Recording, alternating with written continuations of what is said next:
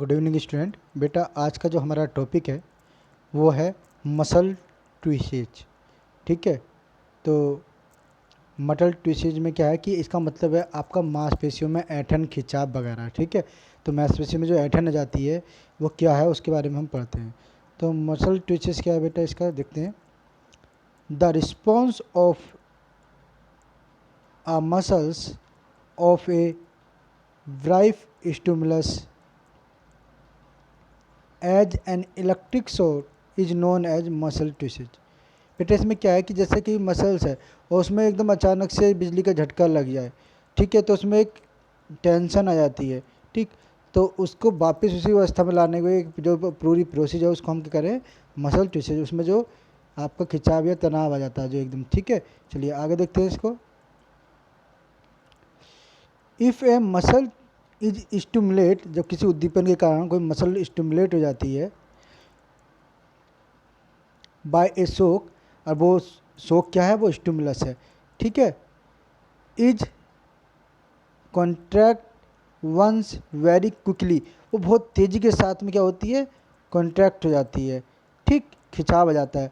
And then relax slowly, but जब अपनी वापस रेस्ट कंडीशन में आएगी तो बड़ी धीरे धीरे अवस्था में आएगी। ठीक है, it is known as muscle twitches. इसको क्या कहा जाता है बेटा, मसल ट्विसेज। ठीक है, आगे देखते हैं बेटा इसके टाइप। सिंगल मसल ट्विसेज, ये सिंगल मसल ट्विसेज क्या है, a sudden contraction of muscle due to a single electric shock, जब एक थोड़ा सा शॉक एकदम से लगे व्यक्ति को, ठीक है, तो stimulus is known as single muscle twitches. ठीक है, जब कुछ ही देर के लिए वो एक शॉक सा लगे और आदमी एकदम से अपना, बेटा आप कहीं वो इलेक्ट्रिक करंट लगे तो आप क्या करते हो, झटके से अपना हाथ खींच लेते हो, बट उसका असर बड़ी देर तक रहता है। मसल्स एकदम अपनी वापस उसी जगह नहीं आ जाती हैं, तो कॉन्ट्रैक्शन की अवस्था कुछ देर तक रहेगी और उसके बाद में जो रिलैक्सेशन आएगा उसकी अवस्था भी कुछ देर तक रहेगी। ठीक है, चलिए इसको पढ़ते हैं। क्या है, अ मसल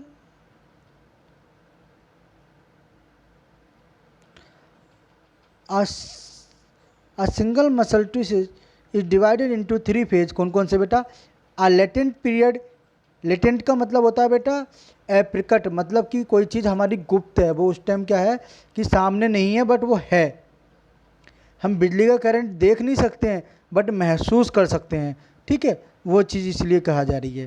ठीक, चलिए, in which length of the muscles remain constant, इनमें क्या होगा कि जो मसल्स की लेंथ है वो तो कांस्टेंट रहेगी, नियत रहेगी, जैसी थी वैसी ही रहेगी, बस टेंशन बढ़ जाएगी उसमें। ठीक है, चलिए आगे क्या है, a contraction period in which length of the muscle is shorten, इस दौरान क्या होगा कि मसल्स की जो लेंथ है वो जो है वो कम हो जाएगी, शॉर्ट हो जाएगी, हमारी मांसपेशियों में खिंचाव आ जाएगा। ठीक, चलिए अगला है हमारे पास a relaxation period in which length of the muscles reaches the normal condition.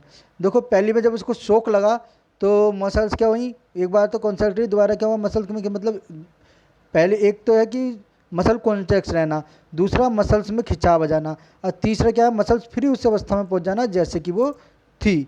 ठीक है बेटा, चलिए आगे देखते हैं। अब आपका आता है लेटेंट पीरियड, जिसे आपने लिख रखा है यहाँ गुप्त काल।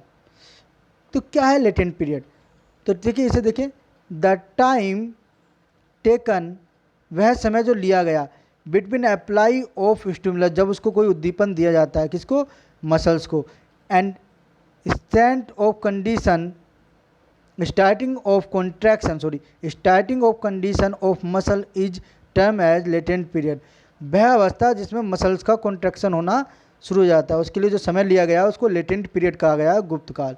ठीक है, it is the total time duration, ये पूरा वो समय है बिफोर, किस समय पहले का, जब मसल्स कॉन्ट्रैक्ट हो रही हैं।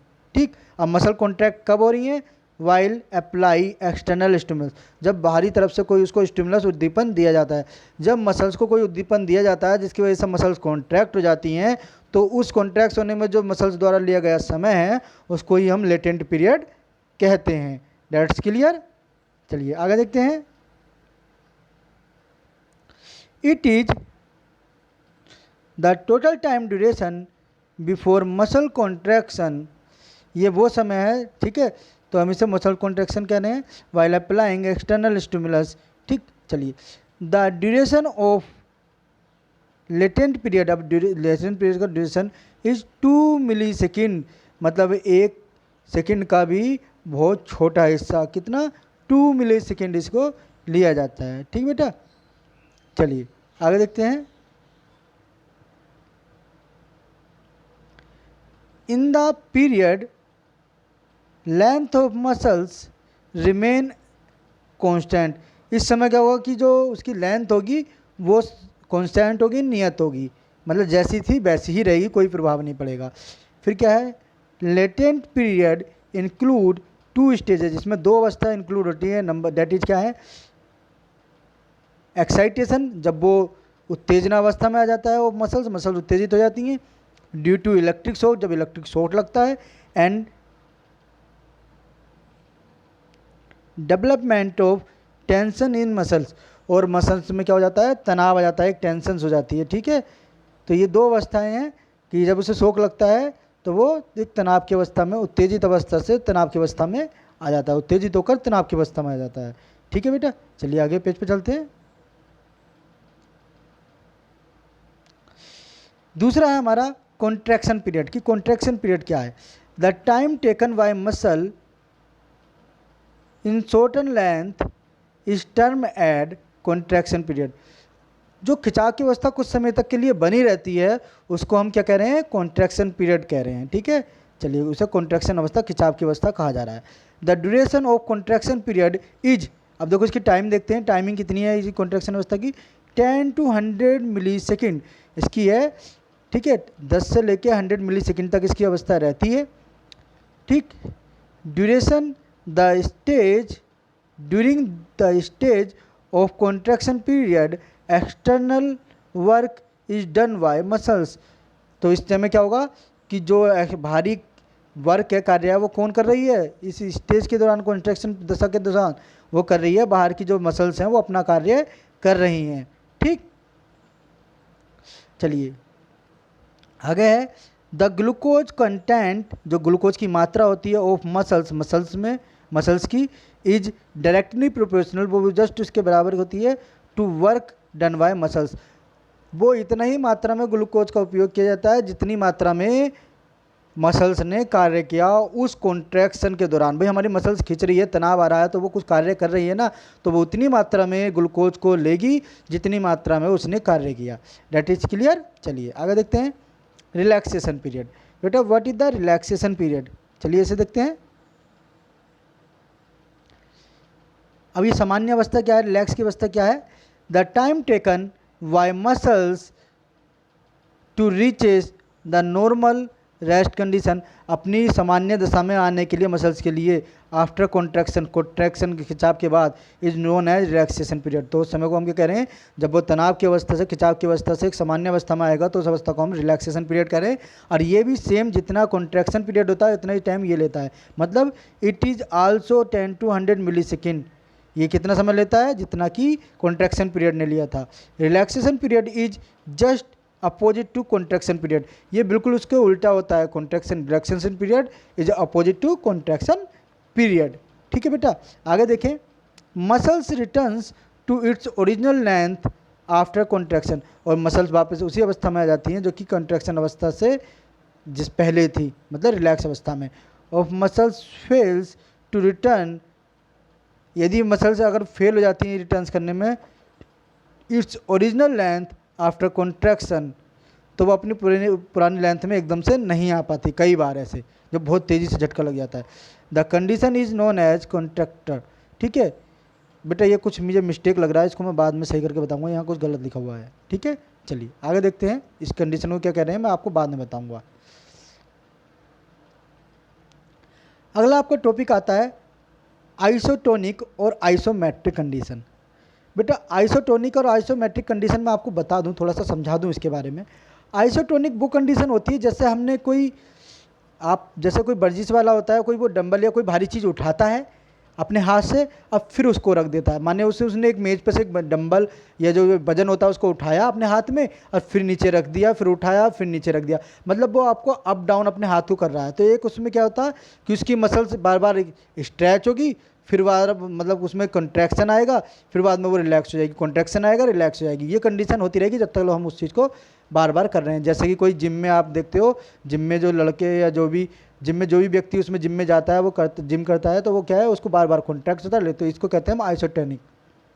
अब बात आती है आइसोमेट्रिक की। तो आइसोमेट्रिक कंडीशन में क्या है कि मान लो आपने कोई बुक ले ली, कोई चीज़ भारी चीज़ ले ली और उसे अपने हाथ में लिया और होल्ड कर लिया, पकड़े रखा है, छोड़ा ना, उसको हिला रहे हैं ना डुला रहे हैं, बस वजन। तो तुम देखोगे कुछ देर में आप वजन से महसूस करने लगोगे। तो उसमें क्या होगा कि आपकी जो मसल्स हैं वो टेंशन तो फील करेंगी, बट मसल्स में कोई कॉन्ट्रैक्शन नहीं आएगा, वो कांस्टेंट रहेंगी, नियत रहेंगी। जबकि आइसोटोनिक में वो बार बार कॉन्ट्रैक्ट होंगी रिलैक्स होंगी, कॉन्ट्रैक्ट होंगी रिलैक्स होंगी। बट आइसोमेट्रिक में वो एक जगह कॉन्स्टेंट रहेंगी, उनमें कोई चेंज नहीं आएगा, बट टेंशन बना रहेगा। ये क्लियर है? ठीक, इसको पढ़ते हैं एक बार, ये दोनों का अंतर है।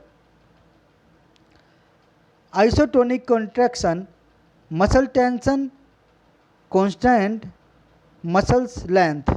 ठीक, ये 22 वैसा करके इसमें शो करके दिखा रखा है कि इसमें जो मसल टेंशन है वो इंक्रीज होगी डिक्रीज होगी। ठीक है, आगे इसको पढ़ते हैं। In isotonic contraction tension on muscles, जब तनाव आ जाता है इसमें आइसोटोनिक कॉन्ट्रैक्शन में, by a load remain constant but muscles length decrease और इंक्रीज।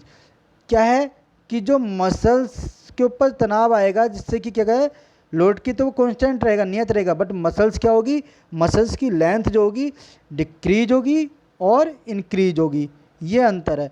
जबकि आइसोमेट्रिक में वो कांस्टेंट रहेगी, ना डिक्रीज होगी ना इंक्रीज होगी, जबकि इसमें इंक्रीज भी होगी और डिक्रीज भी होगी। ठीक है, these contraction are used for the body movement and for moving the object. और इस कॉन्ट्रैक्शन का हम मूव कैसे करते हैं, अपने शरीर को गति देने के लिए, चलने फिरने के लिए, और किसी सामान को उठाकर इधर उधर रखने के लिए। ठीक, that is the isotonic contraction. ठीक, इसका एग्जाम्पल पढ़ देते हैं, ये अधूरा है बेटा, मैं इसको समझा देता हूँ। इफ बी पिकअप, जब हम कोई चीज़ को कि पिकअप पे हैवी लोड, हम किसी चीज़ को उठाते हैं, हैवी वेट को उठाते हैं ऑन द टेबल, जब किसी टेबल पे से किसी भारी चीज़ को उठाते हैं तो मसल्स क्या होती हैं, मसल्स आर कॉन्ट्रैक्ट, मसल में खिंचाव आ जाता है, और क्या हो जाती है वो डिक्रीज हो जाती है लेंथ में, एंड डिक्रीज इन लेंथ।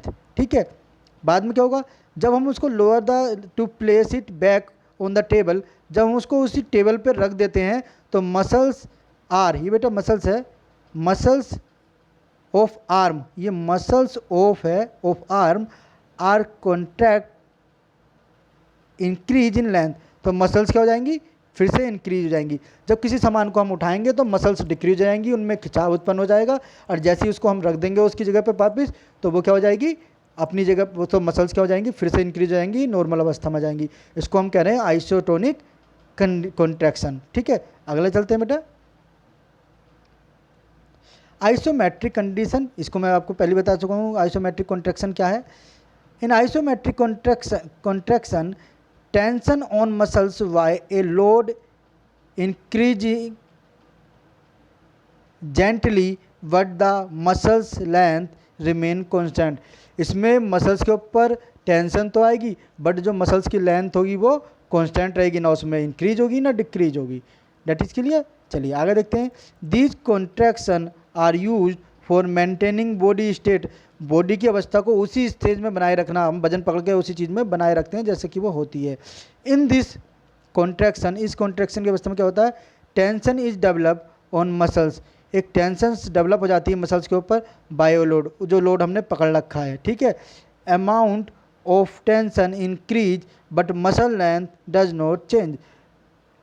धीरे धीरे टेंशन की मात्रा तो इंक्रीज होती रहेगी, बट मसल्स जो कि तो रहेगी उसमें ना कोई इंक्रीजनेस ना कोई डिक्रीजनेस होगा। That is clear. इसका एग्जाम्पल पढ़ते हैं। If we holding a book by stretch, अगर हम कोई बुक पकड़ते हैं तो स्ट्रेच आ जाता है, or on the stretch on the muscles, बेटा ऑन कर लेना इसको, stretch on the muscles on the sorry इसको दोबारा देख रहे हैं एक बार. If be holding a book by a stretch or the muscle tension increase on the arm. जब हम कोई बुक को अपने हाथ में उठाते हैं, किसी भारी चीज़ को उठाते हैं, तो हमारे मसल्स पर क्या होता है, आर्म की मसल्स पर एक टेंशन एक बढ़ जाती है. ठीक है, but there is no change in muscles length. But muscles में कोई इंक्रीजमेंट डिक्रीजमेंट नहीं होता, उस मसल्स में लेंथ पर कोई प्रभाव नहीं पड़ता. इट इज़ आइसोमेट्रिक कंडीशन है. ये एग्जाम्पल किसका है आपका, आइसोमेट्रिक कंडीशन का. ये बेटा टॉपिक आपका यहाँ पर कंप्लीट होता है. ठीक है, आपको अच्छे समझ में आ गया हो तो मुझे एक बार बता देंगे कि हाँ सर समझ में आ गया है. ओके, थैंक्स बेटा.